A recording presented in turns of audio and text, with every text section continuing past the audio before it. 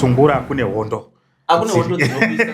Right. Tiri ipapo ngatichimbobate nyaya ya Gift Amuli na First Farai. Mungatitsanangudzire kuti zviri kufamba sei? Takagumisira Gift Amuli akasungiswa na First Farai nenyaya yekunzi Gift Amuli aitaura kuna First Farai kuti akadya mari yechema. Anditika pakadini. But nowadays tikatarisa futi pa social media pacho. Uyu anenge ari kuti ari kukanda uko, pane zvamungakwanisa kuti tsanangudzira pakati pevanhu. Right, nyaya iyi ndo yandinosanganisa nenyaya yatatanga iyi. Kuti ukaona uchitaurika unoda kuitira chinhu chakashata. Chinhu chimwe chete chokusimudza. Right. Ndinosifa mashakada pakafa anditi. Pane zvakawanda zvakataurika. I was very young but I was there. Ndakatoatenda nhamo yeyi. Okay. But ndinangu ndaingotarisawo zvaitika. Ndaingwa ku background. Okay. Zvakatoitika mari chema yakatorohwa. Okay. Papaita vanga varipo vakatoti zvishwa mari chema yarwa naningi. Okay. But ndikudziva kuti Sifas Mashakada akavigwa rini. Akudhara. Right. But ndiri kuti pazvakaitika nguva iyoyo. Gift Amuli ndemumwe munhu wekuti vanhu vakawanda vamunzwisise. Gift Amuli munhu asingawanzokuda kuwandisa chokwadi chaanoziva. Okay. Anongotaura zvaanongofunga. Zvakatotaura ipapo achiti festival yakatora mari chema. Ndo zvaitoziva. Akatotaura ichoziva kuti festival ndiyakarova mari chema ndo zvaanoziva. Ndosakazotaura usaiti pakati ane umbo. Akazodai akadai. But iye ndo zvaaitoziva. Saka Gift Amuli anonzongotaura chokwadi zvachiri. Saka zvakaitika pepa ndezvekuti festival akazonotaura kuti akarova mari chema zvamubhowa zvisingaiti. Svikapa kunosungisa Gift Amuli. Okay. But ngatimbotaura takatarisa festival anga achiri kutaura here pamusic industry. Engasi yakwe ngusina. Angadzima. Engatodzima zvekutoti vanhu vazhinji vasingachazivi kuti kuna zvizvo akutoti ngoma Gift Amuli zvade vachita kunge vakuita majoke. Vatakatanga isiri joke nyaya. Ingatori mahwana. Munhu akatosungwa isiri content creation baba. Akatosungwa zvechokwadi. Munhu akatosungwa saka ndiri kuti ni mari chema paya pamwe yakatorohwa. But zvaitika zvinhu izvozvo. Anditika Gift Amuli achizouya nenyaya dziya achiti guys muri kurangarira here kuti gore rakati pane munhu akaba mari chema atoriko munhu but nausungwa.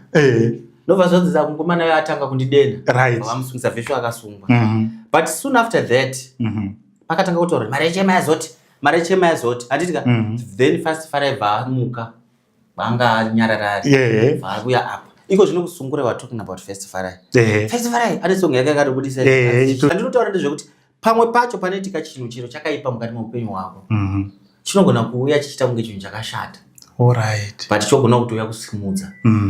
Panogona kutouya nyaya dzekuti poster raro gadzirwa pavenue yako chatouya kuzokusimudza. Right. First Farai izvozvi akufanira kunge achitokumbodza dzimwe music apenga because adzoka mundini. Adzoka muindustry. Because of Gift Amuli akasungisa ari kutuka kuti wakaba mari yechema. Murangaridza kuti wakaba mari yechema. Nobva vasungisana. Later on vavarezoneregererana. Vavatozoona kuti aizvi chinhu chatoita kuti taure mumastreets kachi. First Farai vatomuka kwanga anyarara vadzoka. Because you know what I'm talking about him. Saka nyaya dzaFirst Farai na Gift Amuli inyaya dziri futi dzekuti mafanzi hafaniri kunyanya kudzipindira. Vanhu vaya ibusiness rakutongoitika. Takutongopusha chinhu chedu chedu. Pamwe mari yake chema yakati pamwe yakadyiwawo. Hatizivi kuti ndiFirst Farai yakaidyawo here pamwe anga ane macrisis ake ukangari ukupa uchichi. But chokwadi chiripo ndechekuti zvatonomumutsa. Zvekuti First Farai futi akufanira kutonotengera futi Gift Amuli drink. Baba wangu pamakanditi ndakaba mari yechema paya. Makandisimudza. Pamwe ndini hangu ndakaitora. Pamwe handisi ndakaitora but makandisimudza. Saka tinotaura zvinhu zvese zvinozvitaura but after the end of the day zvakubenefita chii. Okay. Saka tiri kuti First Farai kana wakatora mari yechema gore reri iri $100 whatever. Zvataurika zvakutanisha image yako ukambodzima.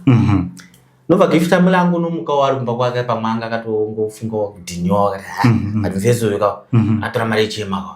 First Farai wakatora mari yechema vataura vasungisana uye achiti yakutondikonzeresa futi ndikanganisike life yangu. Vari later on vatonoona kuti aizvi kumukumana atondidzora pastyle. So nyaya dzakaitika nyaya dzisina kuitika but after the end of the day wawane pazviri zvadzosa vakomana ava pachi pamera. Saka chafanira kuti kanti ngavabike zvinobatika chete. Uye akabika mari kuzviziva kuti chinhu chauya kuzondigadzirira graph rangu.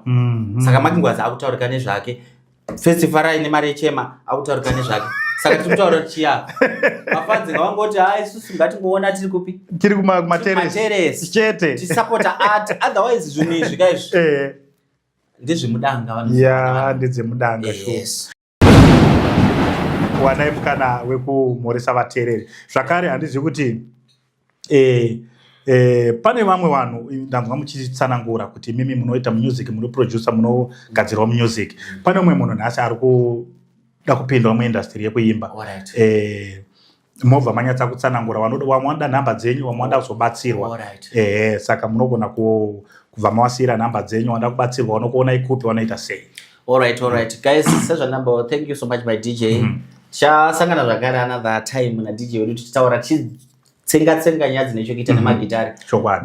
So inini ndakumbudza vateereri ndikati ndinonzi CM Shumba, ndinoshanda ndiri kuCM Studios iko kwatinobika misambi yakasiyana siyana, maafro, sungura iyoyo, whatever genre raungafunga nezvaro, ndinoticha futi magitari. So inini pane vachada kutaura neni maringe nemusic, maringe nemarecordings, munondibata panhamba dzinoti 0777836180. Ndichatangidza zvakare 0777836180.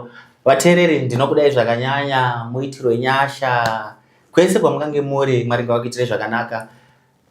Wenye CM Shumba, bye. Thank you very much. CM Shumba munokwanisa kuwabata vanoda kurekodwa music, vanoda kuridzirwa magitare, vanoda everything zvese zvinoenderana nemusic, mukana vacho ndiwo uripo. So ticharamba tichiwadzosa pano. Thank you very much. Ngatisangane zvakare muzvikambo zvinotevera. Mazvita.